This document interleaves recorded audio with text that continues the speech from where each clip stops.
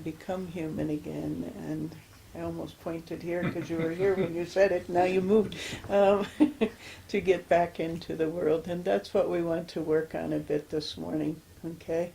Is being able to identify feelings again, if you're at that level, being able to come up with ways of, positive ways of expressing those, or helpful ways, not letting them build to the point that it's sustaining a lot of anger, like I talked about with the iceberg, but being able to identify what's underneath, because if we can deal with that, then the anger comes down.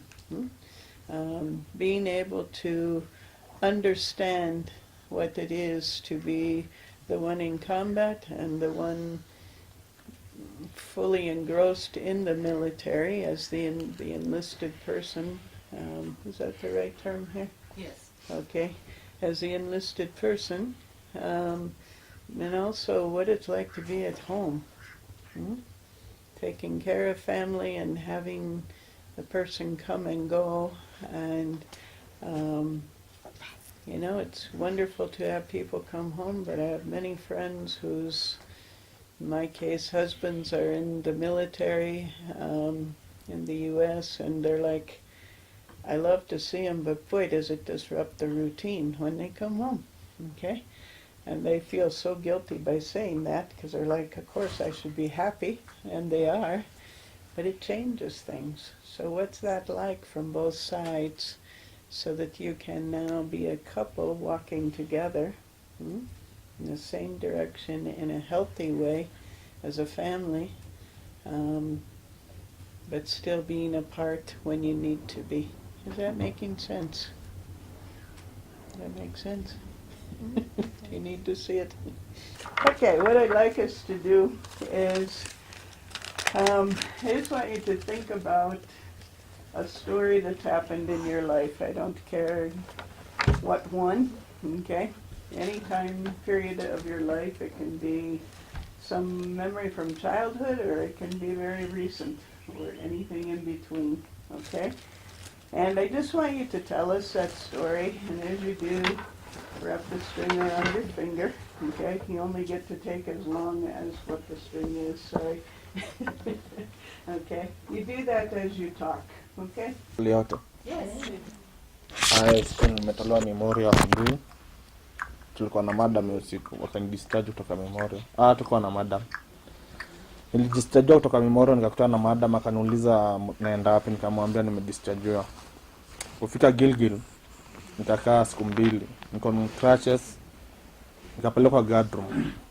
Kupelekwa guard room, nikasikia niko na kesi ya court martial. Unajua court martial mtu anavanga ni ceremonial. So ni imagine umevalishwa dress number 1, disjeva dress number 1. RPs, military police, nini kwa gari paka Lanet. Kufika Lanet, mimi sijaingia kotini. Hiyo nilikuwa mara yangu ya kwanza kuingia kotini. Arrangement nani vitu zinafanywa tofauti, ni kama unaenda kuchinjwa. Kidogo tukasikia kila mtu asimame, judge akakuja. Na story yangu ikiishia hapo.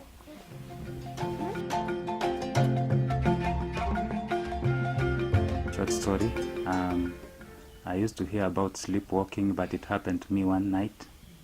I remember I was young, about 5 years or less, and I had this dream, and I just went out of bed and I walked for about 50 meters, and then I was awake. End of story.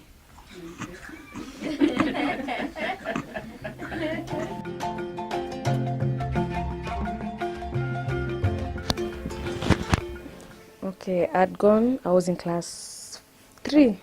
We had gone to the farm when we were having an agriculture class, and then the teacher threw a big fat caterpillar on my neck and it burst, and that's why I hate insects, animals, and anything that is not a human being. Yeah.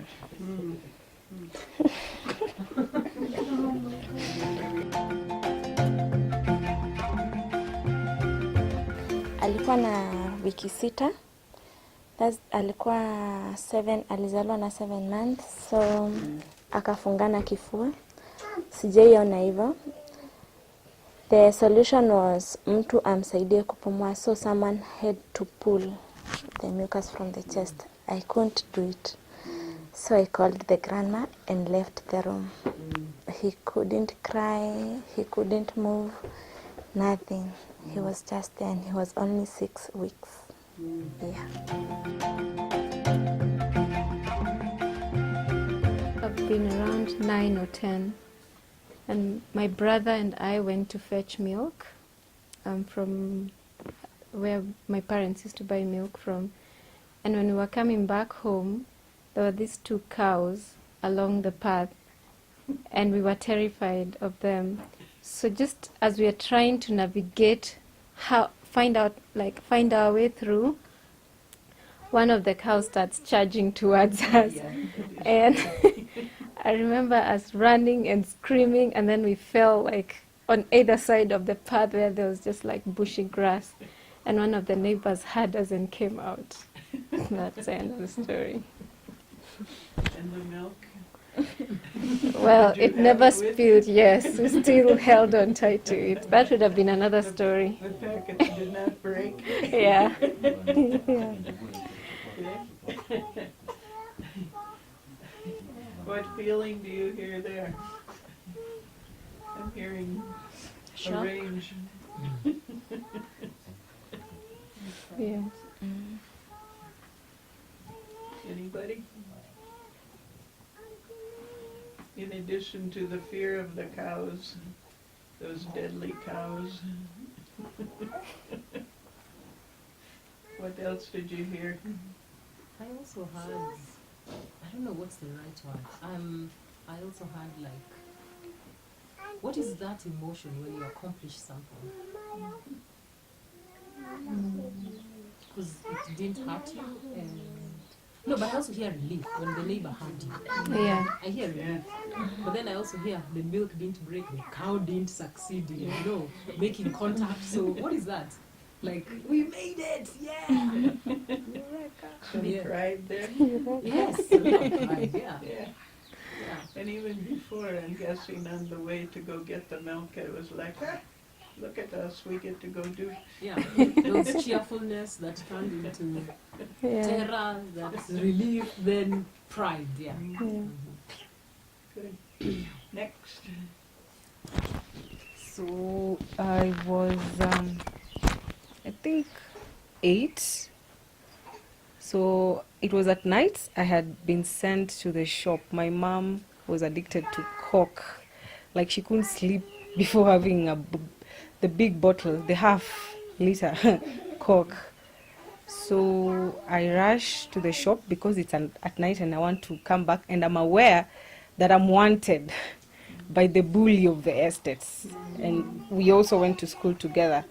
So earlier in the day, I was the class monitor. Earlier in the day, I had checked the whole class, and he threatened me that if you check my bag, we will meet tonight. So I was really like just taking really careful steps, and I thought I had succeeded after I had shopped for the bottle of Coke and mosquito coil. So just as I turned to leave the shop, he was there. I told you not to search my bag. Why did you do it? And before I could even respond, he had slapped me. And the bottle was on his head. Yes, and the mosquito coil and change and everything. And I ran back home. I was panting. It was dark. I wasn't scared anymore. I just wanted to get home. And when I arrived home, I just sat on the couch. I didn't say a word. So my mom was like, so where's my soda? Just panting. Where is my... Then I just started mentioning his name. You know, just Tony. I kept just mentioning Tony, crying. So I got so hysterical. And by the time I was quiet, Tony and his mom were at our door. He was bleeding. So there was a cut on the forehead. Yeah, but I just said he was naughty, so I said the whole story. My mom couldn't say anything. The only thing they just committed was to take him to hospital. And that was it, because even his parents knew he was a naughty boy. He was just a bully, yeah. But I have never been so angry, and horrified at the same time and happy that I taught him a lesson because he stopped. He stopped bullying you Yes, from he that did. day. I He bet. did. Like And he has a scar to he date. does to death. I had the children laughing and it has come to me. So it reminds me of the day I brought Christabella home from hospital. And I remember leaving the hospital with her, and I asked my mom to take a photo. And so my mom took a photo of me holding her, plus the suitcase that I had with me in front of the hospital. And I looked at that photo later on and I said, how did I manage to raise this child?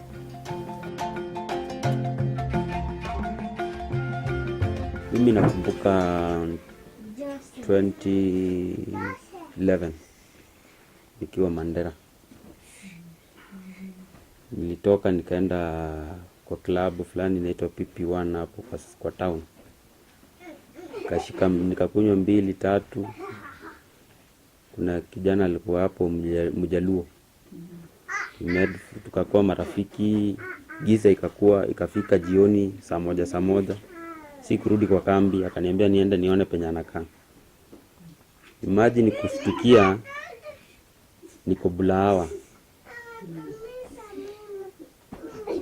Kapata vijana wamekaa nje. Kumuuliza ni wapi hapa niko, akaniambia niko Somali. Imagine nilikuwa na idea jeshi. Thank you for sharing bits of your story. And I hope, first of all, that it helps to remind us that as human beings, we do all feel the same things at some point in time and for different reasons, okay? We felt fear, we felt abandonment, we felt